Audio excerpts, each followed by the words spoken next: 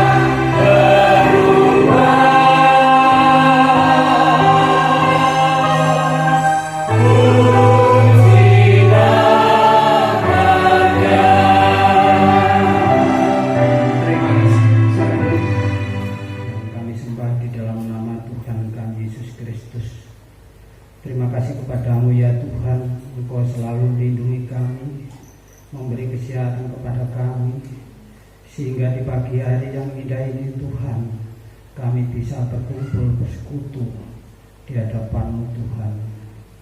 Ya Tuhan, sebentar lagi kami juga akan mendengarkan sabda firman-Mu.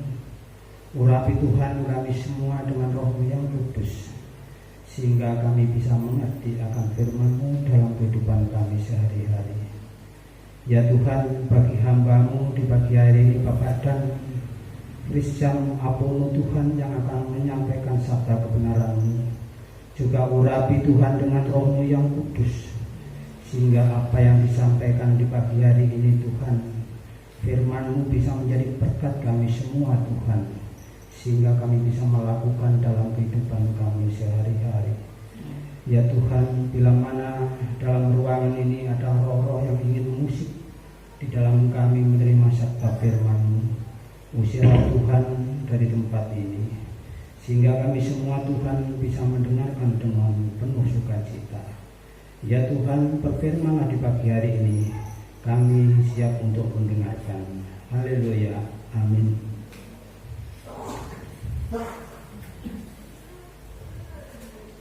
Bacaan di pagi hari ini diambil dari Yosua 24 ayat 1 sampai 3a dan disambung 14 sampai 25. Matius 25 ayat 1 sampai 13.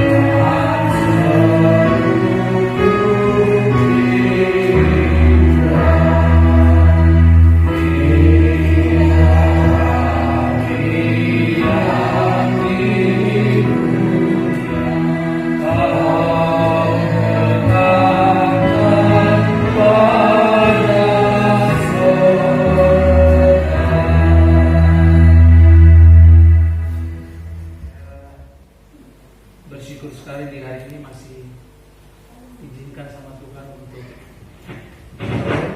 dengan Bapak Ibu. Jadwal saya untuk setahun ini sebetulnya off bertemu, sudah 2 tahun saya off bertemu dengan saudara-saudara yang ada di Walijaya sini. Namun puji Tuhan, karena Bapak Pendeta ada pelayanan baptisan dan juga perjamuan kudus di Prambon, saya ditugaskan untuk melayani di sini. Puji Tuhan, saya melihat dalam situasi pandemi ini Bapak dan Ibu kayaknya jarang terkena flu. Ya, sehat semua ya. Ya. Karena dengan sendirinya imunnya naik, makannya lebih banyak, berat saya juga bertambah 2 kilo lagi. Ya. Karena kalau sudah mau flu pasti makannya lebih banyak dari biasanya. Nah, saudara yang dikasih Tuhan, firman Tuhan pada pagi hari ini, kitab Yosua ini luar biasa bagi saudara dan saya. Mungkin kalau Bapak Ibu dan saya merenungkan, pasti ada orang tua kita ketika mereka sudah sepuh, kumpul-kumpul keluarga dan dia ada sedikit nasihat. Kalau mungkin Bapak Ibu sini yang sudah lansia, eyangnya apa? Kalau saya itu ngumpul dengan orang tua saya, dengan logat Ambonnya, beta ini sampai tua ikut Tuhan Yesus. Ose, kalau Ose itu kamu ya, Ale atau Ale kamu, jangan pernah meninggalkan Tuhan Yesus. Cari dia terus, melayani seumur hidup sampai dia memanggil. Itu petua-petua ya, yang disampaikan orang-orang tua saya, nenek saya. Ya, puji Tuhan, keluarga saya tuh dari nenek itu senang sekali melayani. Ya, dan itu tertanam bahwa melayani Tuhan itu tidak ada yang sia-sia. Ya.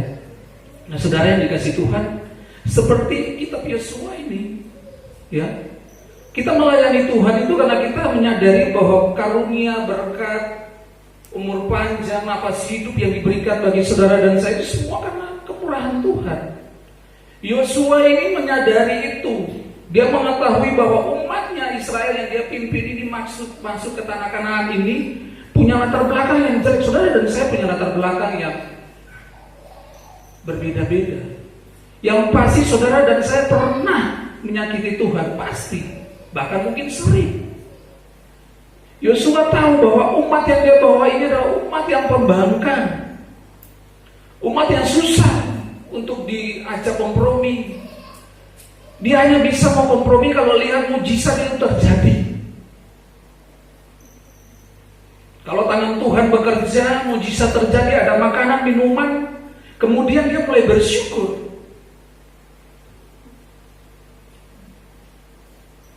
Mungkin juga terjadi bagi saudara dan saya.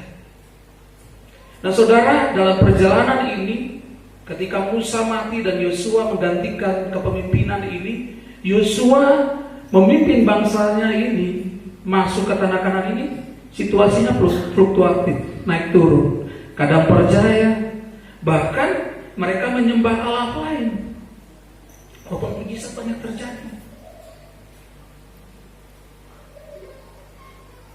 Karena itu menjelang kematiannya, Yosua ini ajak mari kita duduk, kita rembuk, ya, kita rembuk, ya, tua-tua dikumpulkan, kemudian nasihat ini keluar, ya, petua-petua ini keluar, bahwa dia menekankan sekali lagi, dia ajak, walaupun itu berbeda-beda orangnya. Bulan ini kita ada dalam tema liturgis Among Rosso Tepos Liro, ya. Kemudian tema khotbah hidup setia di tengah keberagaman. Nah, Yosua ini beragam-ragam orang dengan situasi pikirannya, kelakuannya macam-macam. Dia masih mau, oh sudah, sebelum saya meninggal tak ajak dulu, tekankan lagi, tanya lagi, kepada siapa kamu mau beribadah? Mungkin itu pun pernah dilakukan oleh orang tua saudara dan saya. Dia lihat tuh anakku ini ternyata sudah begini kelakuannya. Ada pesan-pesan khusus, nah ikut Yesus terus ya, dan sebagainya. Pesan-pesan itu pasti ada. Nah saudara yang dikasih Tuhan, Yosua ini sadar, bangsaku ini harus saya dampingi terus. Karena itu pada pasalnya yang ke-24 tadi, Yosua pada ayatnya yang ke-15, dia mengajak, dia bertanya, kepada siapa kamu mau beribadah? Dan bangsa Israel pada saat itu mereka berkomitmen untuk terus mengikuti Allah yang telah memimpin mereka.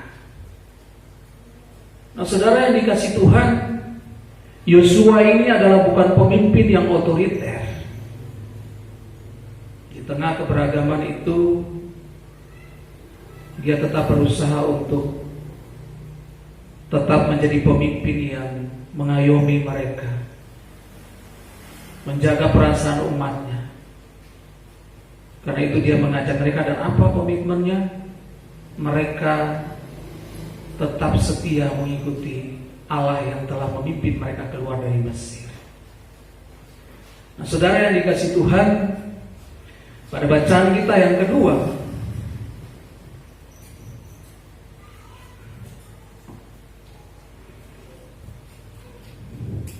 mari saudara dan saya lihat gadis-gadis yang bijaksana dan gadis-gadis yang bodoh.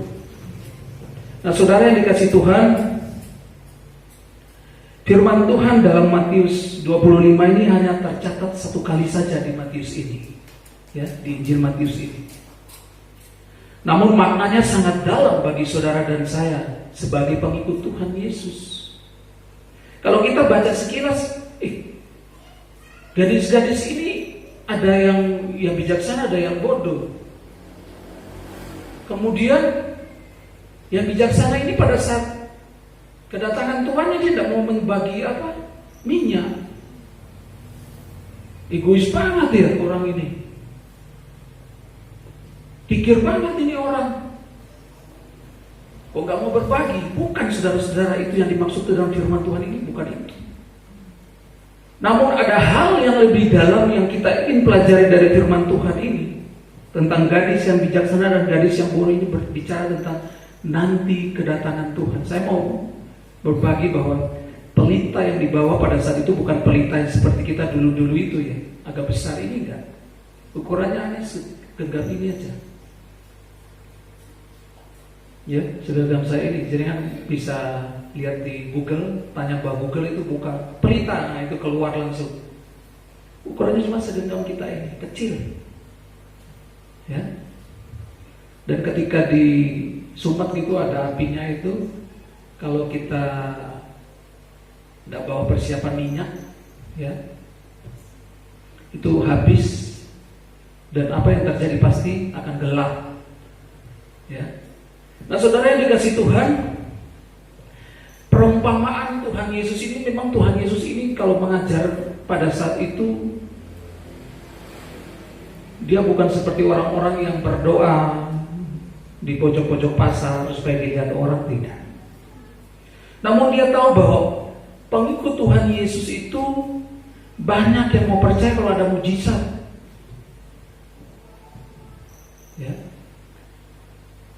Yesus tahu. Karena itu kadang juga dia mengancam orang hanya melihat mujizat. Yesus kemudian mengajar dengan khotbah. Ada juga di bait suci dia mengajar dengan khotbah. Kemudian dia mengajar ini dengan perumpamaan. Tujuannya apa?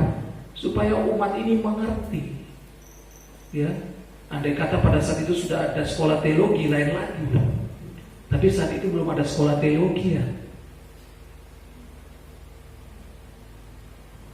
Para ahli Taurat pada saat itu juga orang-orang pintar Bapak Ibu yang mereka belajar tentang Alkitab. Namun Yesus lebih peduli kepada orang-orang kecil ini yang tidak memahami tentang isi Alkitab ini. Karena itu dia mengajar dengan perumpamaan.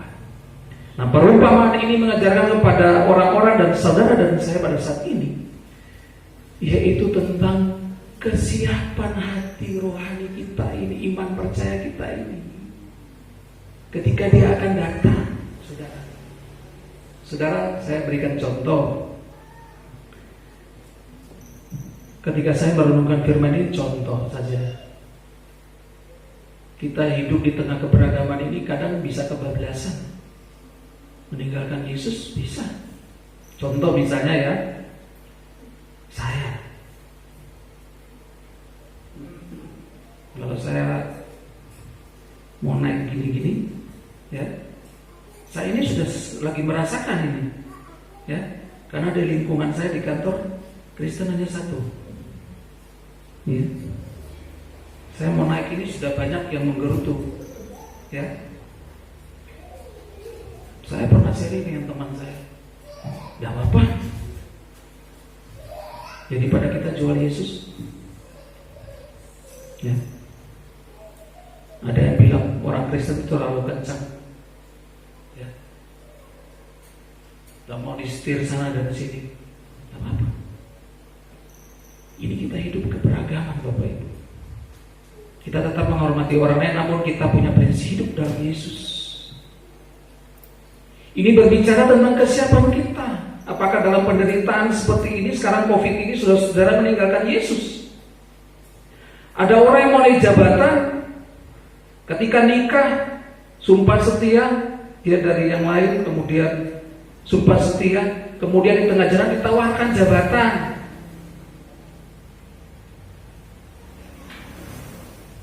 Lepas, karena jabatan. Atau saudara-saudara pemuda-pemudi yang karena pacarnya kemudian melepaskan Yesus. Hati-hati saudara. Ini firman Tuhan ini berbicara tentang gadis yang bijaksana dan yang bodoh. Karena yang pertama itu nanti katanya petugas-petugas medis, ya, mereka yang berhubungan langsung. Jadi saudara dan saya sementara vaksin sendiri di rumah saudara, ya, makan teratur, tidur teratur, berpikir yang positif, ya, rajin datang bertanya kepada Tuhan. Saudara, marilah kita membawa firman Tuhan tadi menjadi kekuatan dalam hidup saudara dan saya ketika dia datang nanti. Dia dapati saudara dan saya tetap setia mengikuti dia. Tuhan memberkati. Amin.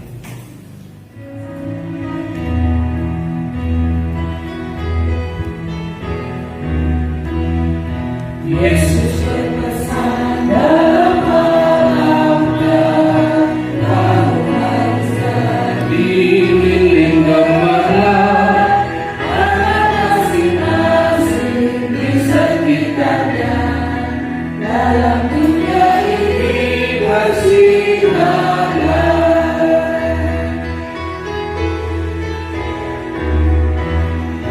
Yesus berpesan bersinar.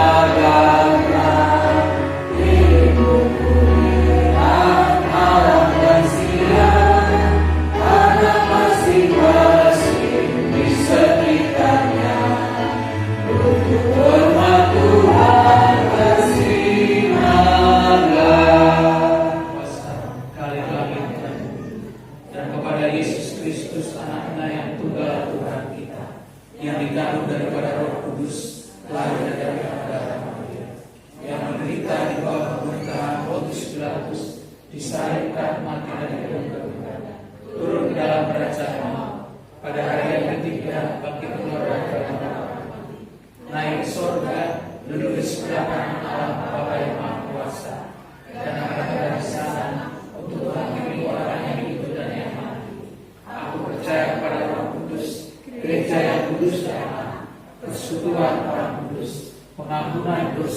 kebangkitan daging, dan hidup yang kekal.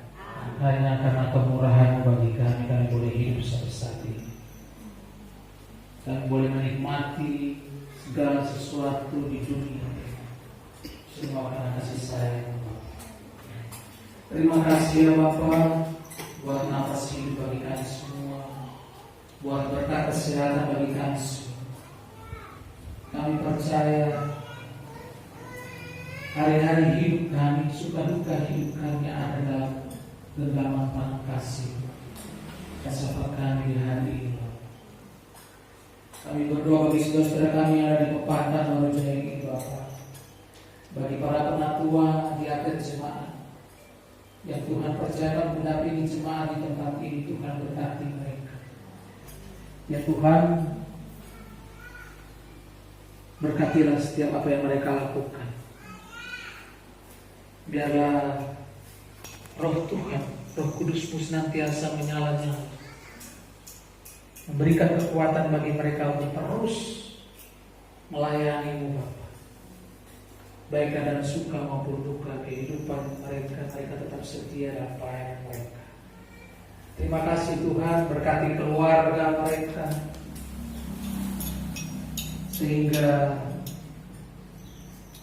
lewat keluarga mereka juga nama Tuhan dimuliakan. Kami berdoa bagi jemaat Tuhan di tempat ini, bagi pekerjaan mereka Tuhan berkati yang ada di sawah, di kantor, di rumah, apapun usaha yang mereka lakukan. Tuhan berkati, limpahkanlah berkat-Mu yang berlimpah-limpah dalam usaha mereka,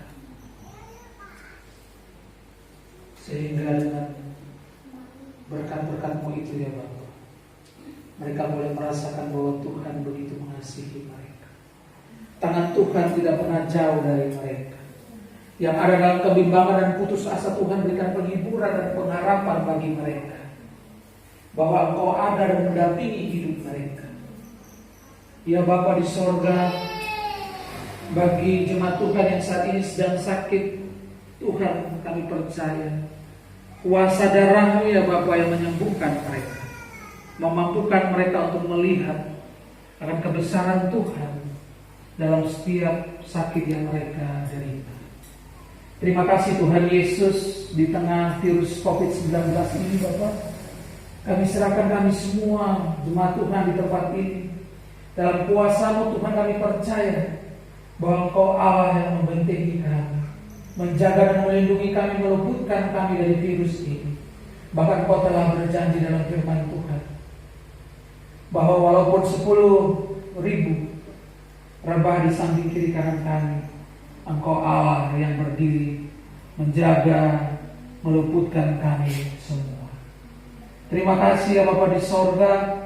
Kami berdoa bagi orang-orang tua kami di tempat ini yang ada dalam usia sepuh, dan mereka sedang bergumul dengan masa tua mereka Tuhan. Pilih mereka Tuhan, berikan penghiburan bagi mereka, bahwa masa-masa tua mereka Engkau Allah tetap menggendong mereka, menjaga dan memelihara mereka.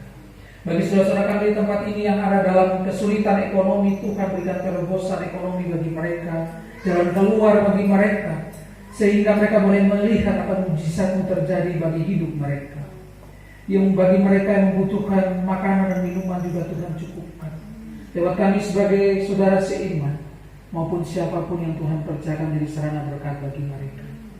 Terima kasih Tuhan Yesus, apapun yang dialami oleh jemaat di tempat ini, kami sungguh menyerahkan dalam kuasa-Mu. Hidup kami serahkan.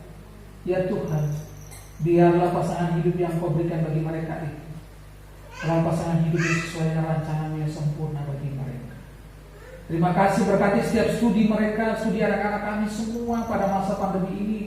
Mereka harus belajar dari rumah, Tuhan berkati, cukupkan biaya untuk berbagai keperluan, belajar online, juga kesehatan mereka Tuhan jaga, sehingga adik-adik kami ini boleh naik kelas, tumbuh menjadi anak-anak yang kuat, tetap mengandalkan Tuhan dalam kehidupan.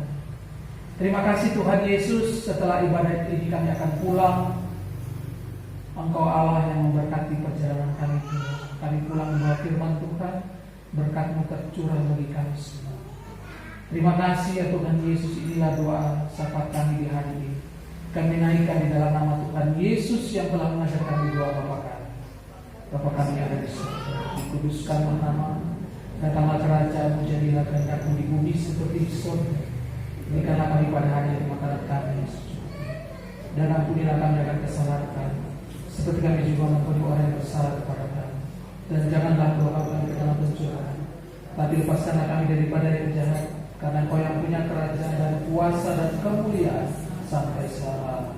Memberikan menurut kerelaan hatinya, jangan dengan sedih hati atau karena paksaan. Sebab Allah mengasihi orang yang memberi dengan sukacita, dan Allah sanggup melimpahkan segala kasih karunia kepada kamu, supaya kamu senantiasa berkecukupan di dalam segala sesuatu, dan malah berkelebihan di dalam berbagai kebajikan. Amin.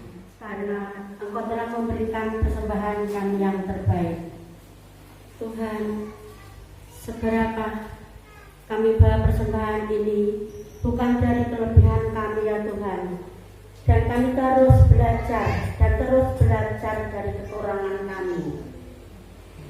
Ketika kami bawa persembahan ke tangan Tuhan, biarkanlah akan menjadi berkat yang luar biasa untuk yang mengelola persembahan ini. Tuhan, kiranya Tuhan memberikan kemampuan, memberikan kekuatan iman,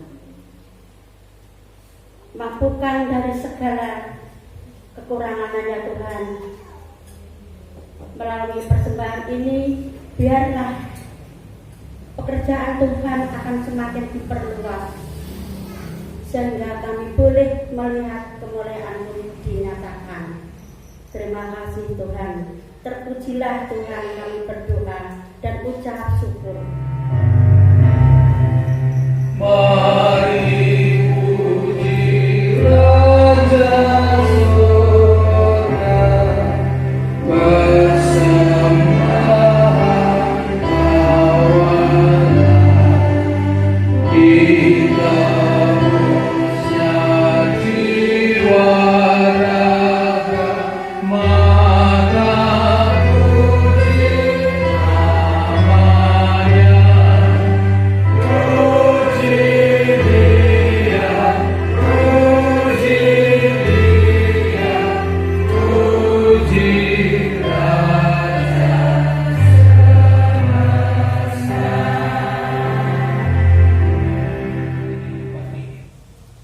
Tanpa firman Tuhan yang mendasari hidup saudara dan saya, kita tak akan mau. Namun ketika kita membawa firman Tuhan menjadi kekuatan bagi saudara dan saya, tangan Tuhan akan senantiasa melindungi dan menyertai saudara dan saya. Kidung Jemaat 356.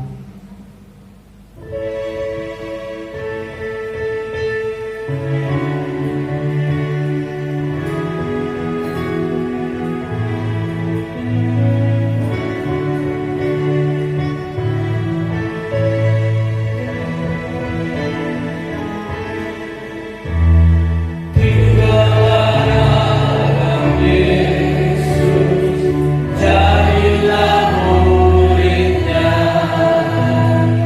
belajarlah firman Tuhan, taat kepadanya. Tinggallah dalam Yesus, andalkan kuasa-Nya. Dialah pokok yang benar, ditalah rantingnya.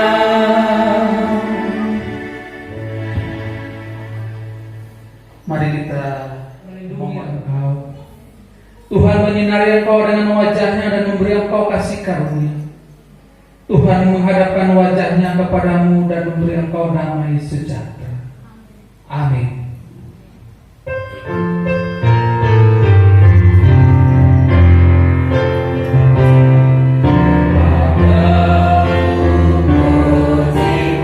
Puji-pujian pada syukur dan segala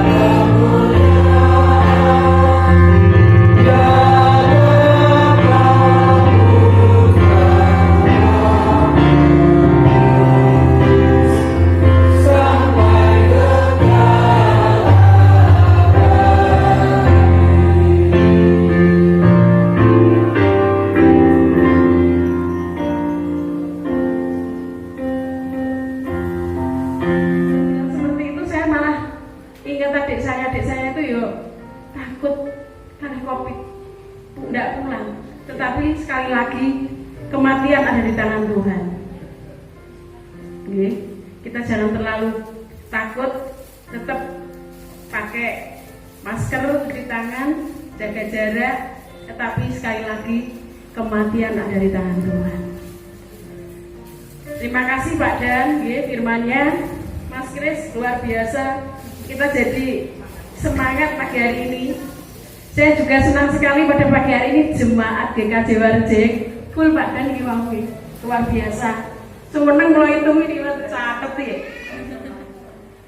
Gak bisa nyanyi. Sebetulnya tadi tidak bisa nyanyi, banyak yang nggak bisa, tapi malah bisa nyanyi karena Mas Kris yang ini. Terus tadi waktu doa pengampunan dosa, saya jadi baper eling bapak saya Pak Dan. Saya ingat bapak saya. Ultimatumnya seperti itu emang kalau orang Ambon. Tapi orang Ambon ya takut COVID ya. Itu bahasanya Pak Supardi biasanya gitu, wong Ambon kok wedi. Dan untuk warga jemaat yang pertama pada pagi hari ini, ibadah minggu, besok minggu tanggal 15 seperti biasa jam 7 pagi yang akan dilayani oleh Pak Yohanes Panidi dari Banaran, memakai liturgi bahasa Indonesia. Dan kita sudah di pertengahan bulan November beli 1 bulan lagi kita akan menyambut hari kelahiran Tuhan Yesus. Pripun iki Bu Lili? Pripun iki wedi Covid iki ya, Ci?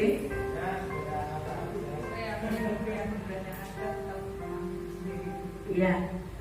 Mosok gara-gara Covid kita takut tidak menanyakan. Padahal Covid itu ya yang menciptakan Tuhan. Apa maksudnya Tuhan Yesus menciptakan Covid itu? Mestinya kan kita mikirnya seperti itu. Mari kita pikir bersama-sama. Monggo apa yo mau ibadah biasa tanggal 25 itu mari kita akan rembukan nanti ya. Tapi tidak hari ini. Nunggu dari instruksi dari Nganjuk. Yang penting kita tetap hati kita tetap semangat menyambut hari kelahiran Tuhan.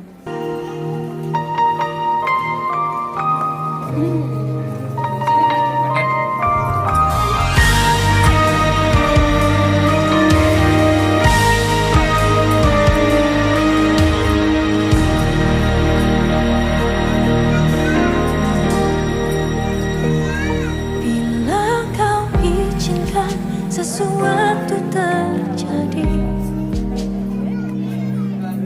ku percaya semua untuk kebaikanku.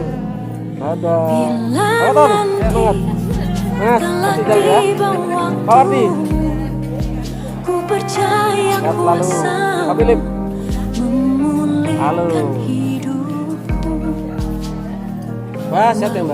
Tuhan pasti yang terbaik, walau kadang tak mudah dimengerti. Lewati cobaan, ku tetap percaya waktu Tuhan teman-teman terus pasti yang terbaik. halo telur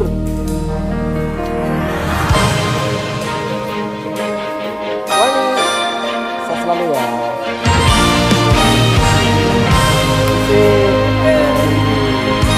lo ya.